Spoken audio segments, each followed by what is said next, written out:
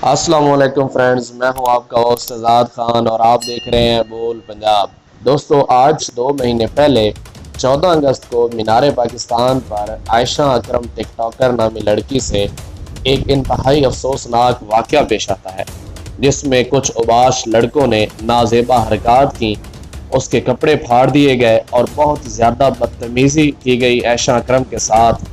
शुरू में मुख्तलिफ लोगों के मुख्तलिफ तबके के मुख्तलिफ लोगों ने अपनी अपनी इस केस के बारे में राय दी, मुख्तलिफ लोगों को ज़िम्मेवार ठहराया, कसूरवार ठहराया और ये केस उस वक्त सोशल मीडिया पर टॉप ट्रेंड बना रहा। फिर उसके बाद खामोशी छा जाती है। अचानक ही अब आयशा अकरम के इस केस में नया मोड़ आता है, जब आयशा अकरम ने DIG इन्वेस्टिगेशन को अपने तहरीरी बयान में काफ़ी सारे इंकशाफात किए हैं।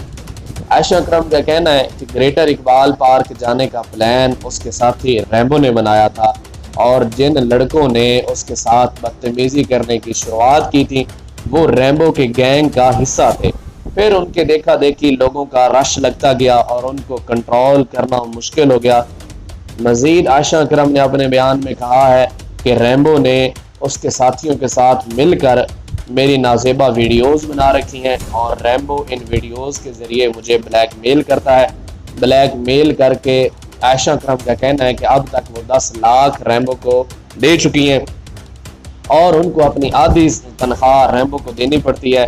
रैम्बो अपने साथी बादशाह से मिलकर टिकटॉक गैंग चलाता है। इन्होंने एक ख़तरनाक टिकटॉक का गैंग चला रखा है, जिसमें वो टिकटॉक पर नए आने वाली टिकटॉकर्स लड़कियों को अपनी बातों में फंसाते हैं और फिर उनको ब्लैकमेल करते हैं। तो पुलिस ने रैम्बो और दीगर उसके साथ साथियों को अपनी हिरासत में ले लिया है।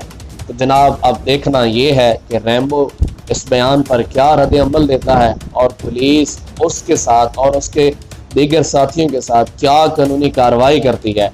मज़ीद ऐसे अपडेट्स के लिए बोल पंजाब चैनल को देखते रहें। अपना बहुत ज़्यादा ख्याल रखें। अल्लाह निगहबान।